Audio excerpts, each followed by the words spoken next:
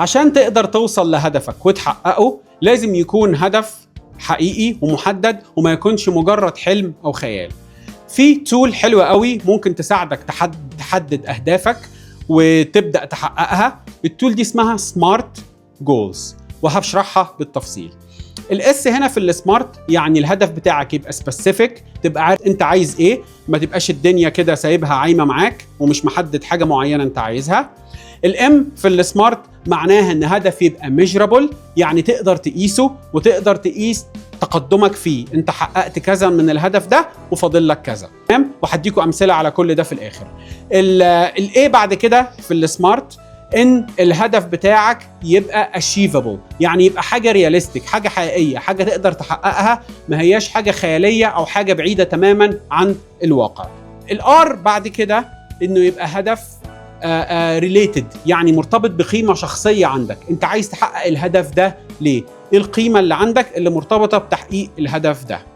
اخر حاجه التي في السمارت هو ان الهدف ده يبقى تايم باوند، يعني تقدر تقيسه، يبقى ليه فتره زمنيه معينه تقدر تخلص الهدف ده فيها.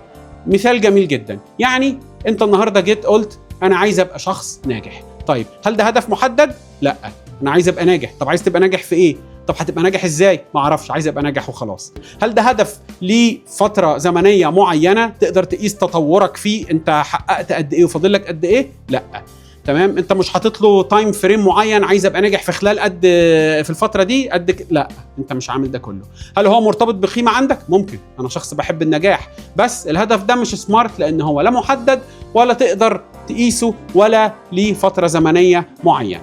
طيب نمسك اكزامبل تاني بقى. لو انت قلت انا هقرا كتاب كل شهر لمده 6 شهور بحيث ان انا اكون خلصت 6 كتب في خلال 6 شهور، ده هدف محدد؟ ايوه، هقرا كتاب كل شهر، تمام؟ هل ده هدف تقدر تقيسه؟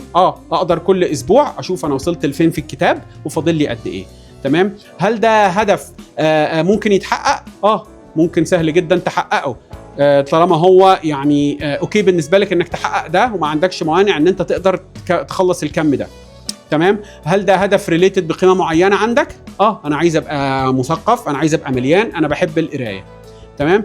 هل ده تايم باوند ليه فتره زمنيه؟ ايوه، لان انا قلت في خلال 6 شهور هكون خلصت 6 كتب.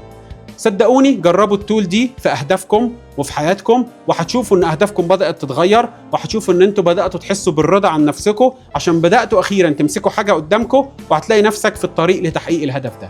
واخيرا عرفوني في الكومنتس ايه رايكم في الموضوع ده وتعالوا نتناقش فيه، ولو عندكم افكار يا ريت نتكلم فيها مع بعض.